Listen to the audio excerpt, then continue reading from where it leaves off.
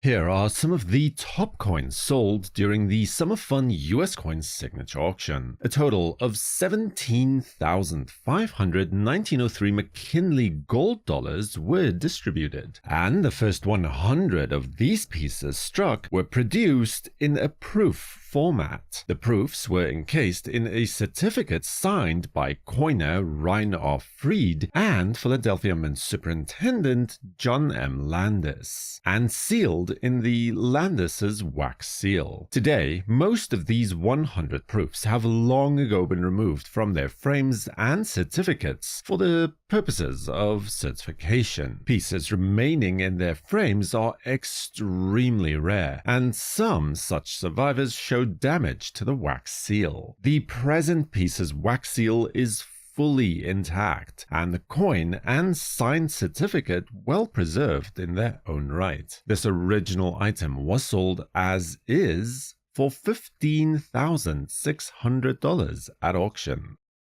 New research by John Danriver indicates that the Philadelphia Mint struck a fairly generous mintage of 110 proof $3 Indian Princess gold coins in 1885, accompanied by a small business strike coining of just 800 examples. It is estimated that today, of that original 110 coins, between 65 and no more than 80 examples still survive. This coin is one such, graded by PCGS as proof 65 cameo, and by auction's close, it had amassed a final price of $60,000. The 1797 Draped Bust halftime had no fewer than 3 different star counts on its obverse during the same year. First 15, then 16, before the mint then decided to default back to 13 stars to declutter the design a bit. Here we see a beautiful example of the rare 16 stars type, with an unusually sharp strike and stunningly preserved at the MS65 level, as attested to by the NGC slab. This seldomly seen coin was sold at auction for no less than $66,000. The Overton 101 variety of the 1822 over 1 cap bust half dollar has seen its fair share of debate over the years, with its status as a true overdate variety being called into question on multiple occasions. Now, despite this, the variety remains a popular one, and this example, with its vibrant toning and high grade of MS65 Plus from PCGS, is simply all the more alluring for the fact. When it crossed the auction block, it managed to change hands for a final price of $69,000.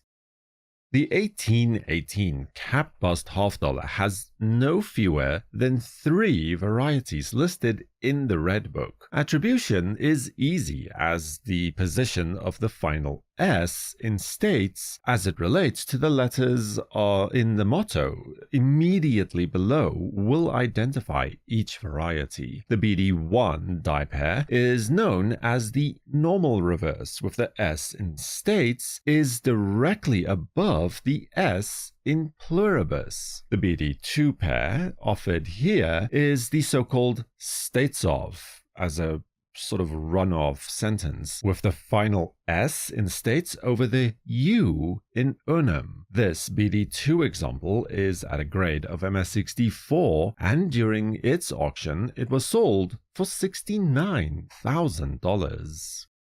Among the circulation strike Morgan dollars, I think it is probably fair to say that the 1893 S and this, the 1889 Carson City coins, are probably the most sought after by collectors of the series. The first clue as to why is the low initial mintage of only 350,000 coins. But then add to that the fact that the majority of these coins were either heavily circulated or ended up in the melting pot during the years of the Pittman Act. It's even been speculated that as many as 325 5,000 of the original 350,000 coins have been lost or melted over the years. This PCGS MS-63 deep mirror proof-like example is an unlikely survivor that was sold at auction for $78,000.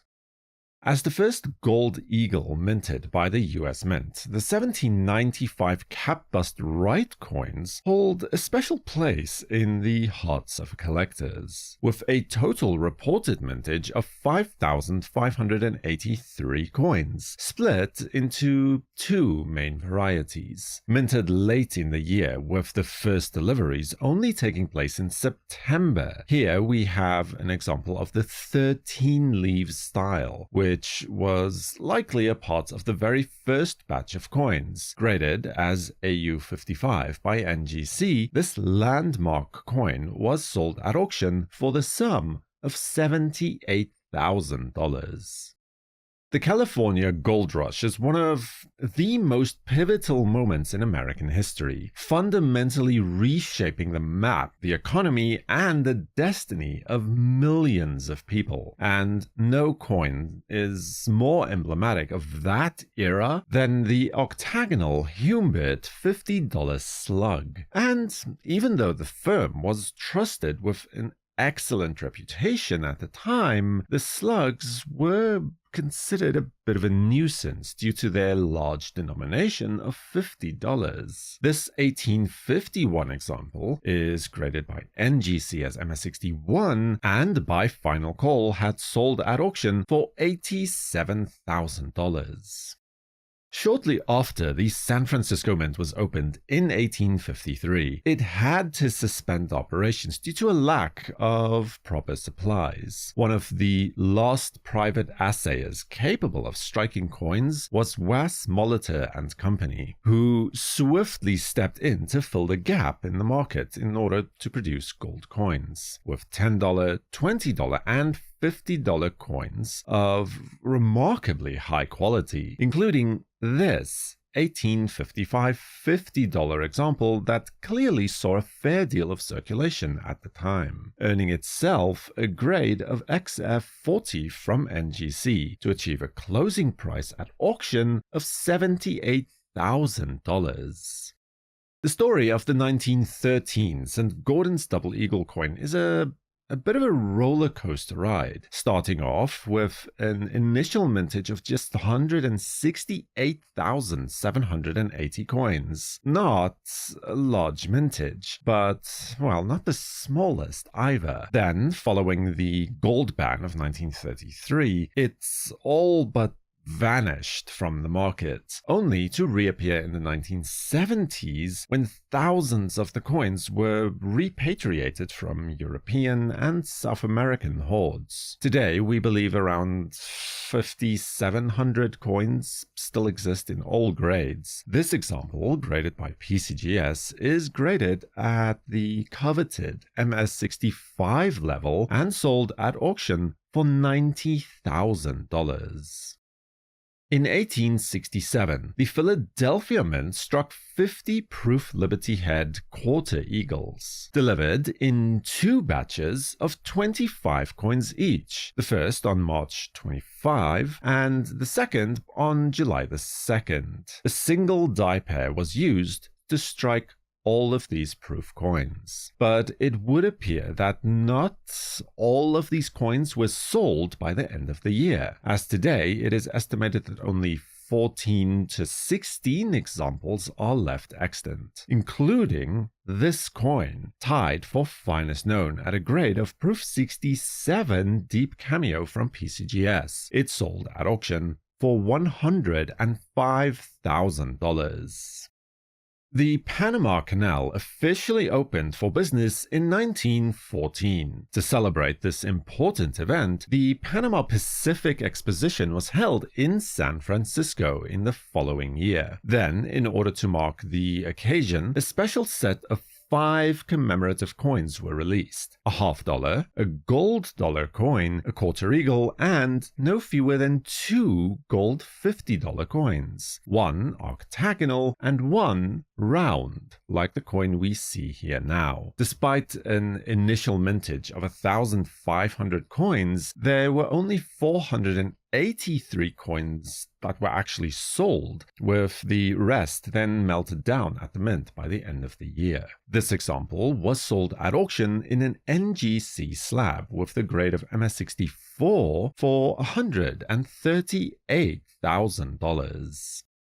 The first Mormon territorial or private gold coins came in the aftermath of the California gold rush in 1849, but 10 years later, when gold was again discovered in Colorado, there was again a revival of the Mormon dream for financial independence, and more Mormon gold coins would be minted in 1859 and 1860. The example of this $1865 is one of 587 such coins struck, only a fraction of which have managed to survive to this day. This beautiful example is graded by PCGS as AU53 and was sold by auction's close for $144,000. Subscribe to WNN and feel free to watch another video about amazing pennies sold at the same auction right here. Next, for the World Numismatic News, I am Numisman saying thank you for watching, keep collecting, and have a fantastic day.